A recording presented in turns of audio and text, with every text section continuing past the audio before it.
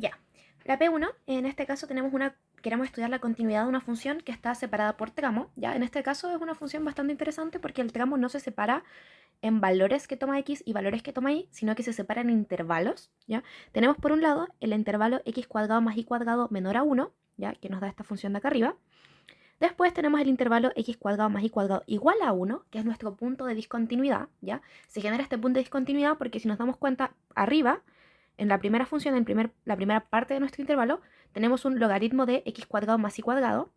¿Ya? Y sabemos que cuando el logaritmo de 1 es 0, ¿ya? Entonces cuando x cuadrado más y cuadrado valgan 1, abajo nos quedaría la función dividida por un 0. Y eso sería una discontinuidad de nuestra función. Entonces, aquí lo que hacen es darnos esta alternativa a la función que arregle esa discontinuidad definiendo este valor como 1. Cuando x cuadrado más y cuadrado vale 1, mi función vale 1. Por otro lado, tenemos otro tramo, que son los x cuadrado más y cuadrado mayores a 1, ¿ya? ¿Y qué es lo que pasa? Que sabemos que, de nuevamente, si x cuadrado más y cuadrado valieran 1, quiere decir que acá tendríamos 1 menos 1, es decir, seno de 0, ¿ya? Y ustedes saben que el seno de 0 vale 0. Entonces, ¿qué es lo que pasaría? Que esta función... Ya. ¿Qué pasaría? Que esta función valdría 0 en la parte de abajo también, entonces se generaría una discontinuidad. Entonces arreglan estas dos funciones y las juntan en esta función que al final termina teniendo tres partes, ¿ya?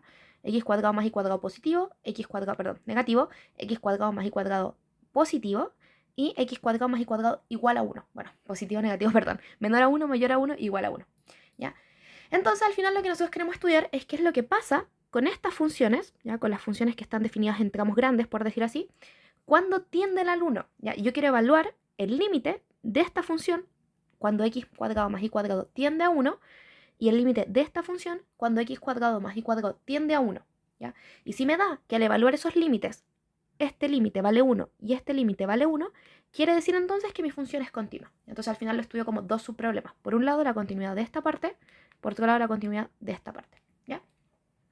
Entonces lo que queremos estudiar es la continuidad en el punto x cuadrado más y cuadrado igual a 1. Y aquí viene que si ustedes tuvieran que resolver esta pregunta del control, lo primero que tienen que escribir siempre es que, en este caso, para el intervalo x cuadrado más y cuadrado menor a 1 y para el intervalo x cuadrado más y cuadrado mayor a 1, la función es continua. ¿Ya? Por álgebra y composición de funciones continuas, eso siempre da puntaje, ustedes lo escriben.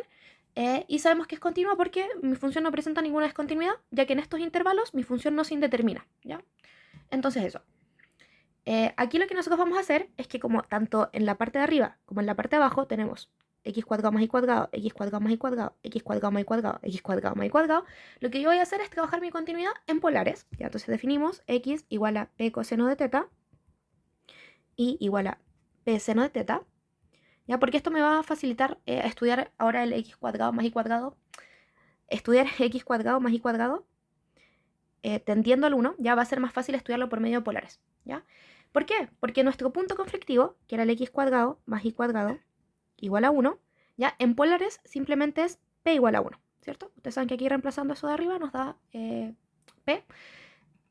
Entonces eso. Entonces al final lo que yo quiero estudiar es el límite cuando p tiende a 1 de ambas funciones. ¿Ya? Vamos a tener entonces de x cuadrado más y cuadrado menos 1 partido en logaritmo natural de x cuadrado más y cuadrado, por un lado. Y por otro lado queremos estudiar el límite, cuando p tiende a 1, de, voy a anotar acá la función, x cuadrado más y cuadrado menos 1 elevado a 3 medios, partido en seno de x cuadrado más y cuadrado menos 1, así, menos 1, ahora más 1, perdón, más 1. Entonces quiero estudiar al final esos dos límites, esto es un 3, y eso, se resume. Y si estos límites me dan 1, entonces mi función sería continua.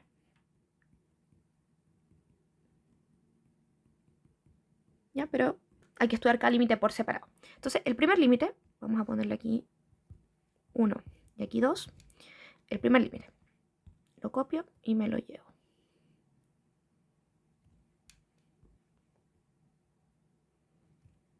Ahí está. Entonces lo que tenemos que hacer es obviamente también evaluar acá mi cambio de variable. Y ahí nosotros sabemos que al aplicar el cambio de variable,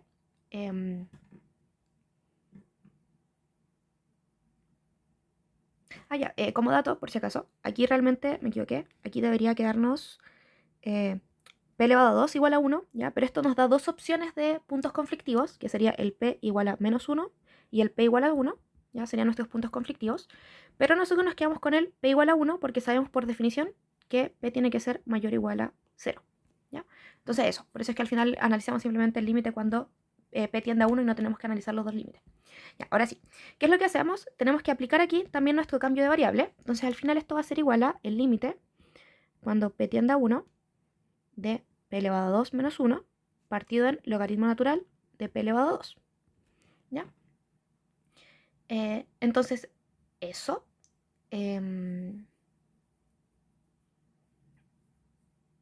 Y algo importante acá también que tenemos que notar es que en este caso nos estamos acercando desde los menores. Es decir, yo tengo que esta función se cumple para los p menores o iguales a 1, ¿ya?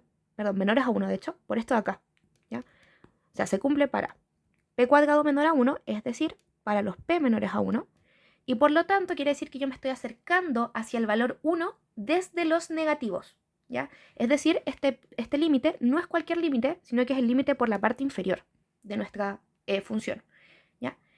Entonces, vamos a tener eso.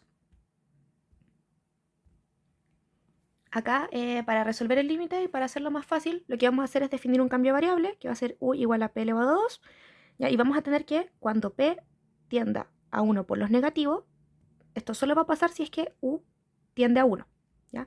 Porque como u es p elevado a 2, el hecho de que me acerque por los negativos es como que es indiferente, entonces tiendo a 1 de forma normal, ¿ya? Y finalmente entonces el límite que yo estudio va a ser el límite cuando u tiende a 1 de u menos 1 partido en logaritmo natural de u. Ya esto es como simplemente para facilitar el límite. Y nos damos cuenta que este límite es de la forma 0 partido en 0, ¿cierto? Nos va a quedar que esto es 0 partido en 0. Entonces, lo que yo puedo hacer es aplicar el L'Hopital, ¿ya? Y derivo arriba, derivo abajo, derivo u menos 1, derivado respecto a u. Voy a poner entonces que tengo el límite cuando u tiende a 1 de u menos 1 derivado con respecto a u, que eso nos da 1, y de logaritmo natural de u derivado con respecto a u, que eso nos da 1 partido en u, ¿ya? Y finalmente, este límite, cuando u tiende a 1, no se indetermina y nos da 1. ¿Ya? Entonces tenemos que se cumple, se chequea el primero de nuestros criterios, que es este criterio de aquí. Este lo tenemos. Estudiamos entonces el segundo criterio, aplicando la misma lógica. Perdón.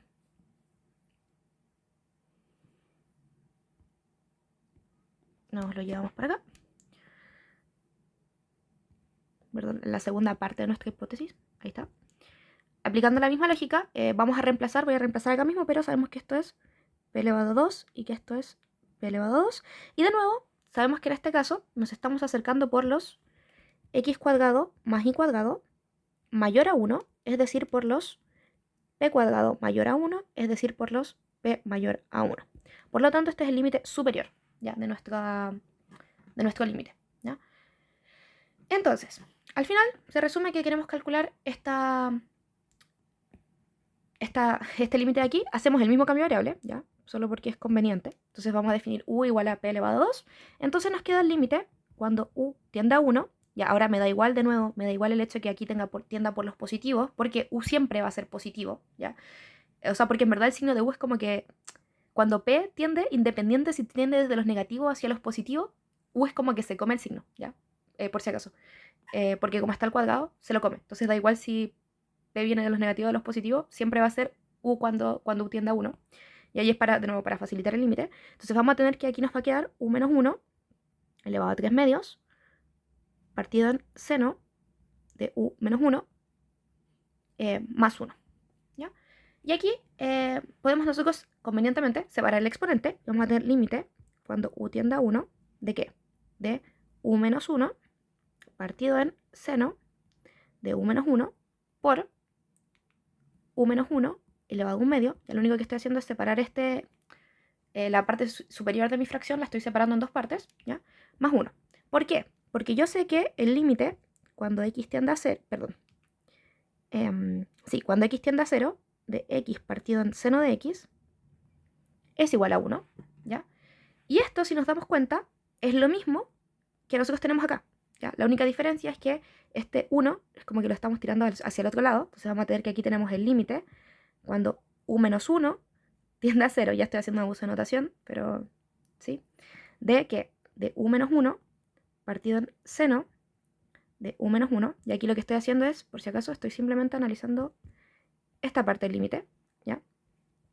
¿Ya? Entonces esa parte del límite vamos a tener que es de esta forma. ¿Ya? ¿Por qué? Porque si nos damos cuenta, es como que yo tuviera este límite y mi variable ahora fuera la variable x igual a u menos 1. ¿Ya? Entonces al final, tomando x igual a u menos 1, se llega al mismo límite que tenemos arriba, que tiene un valor de 1. Entonces al final, esta parte del límite, sabemos que va a valer 1. ¿Ya? Estoy así anotándolo ahí arriba. Y por otro lado, tenemos que cuando u tiende a 1, el límite de u menos 1 elevado a un medio, ya como el exponente es positivo, y estoy tendiendo a 1, esto tiende a 0. Entonces, al final nos queda un límite que tiende a 1 multiplicado por un límite que tiende a 0. Es decir, en concreto, todo esto va a tender a 0. ¿Ya? Y al final, simplemente nos queda este 1 que está aquí guachito. Es decir que mi límite, que yo quería calcular, andarlo acá arriba, pero todo este límite es igual a 1. ¿Ya? Entonces al final se concluye, ustedes lo pueden anotar si estuvieran haciendo el control, anótenlo más ordenado, ¿ya? Yo porque para que el video sea rápido, ¿ya? Pero al final ustedes pueden concluir que, si se dan cuenta, este tiende a 1, el que había calculado antes tiende a 1, entonces podemos concluir que se tienen mis dos como condiciones para que se tenga que la función completa sea continua, y por lo tanto la función es continua. Y se concluye.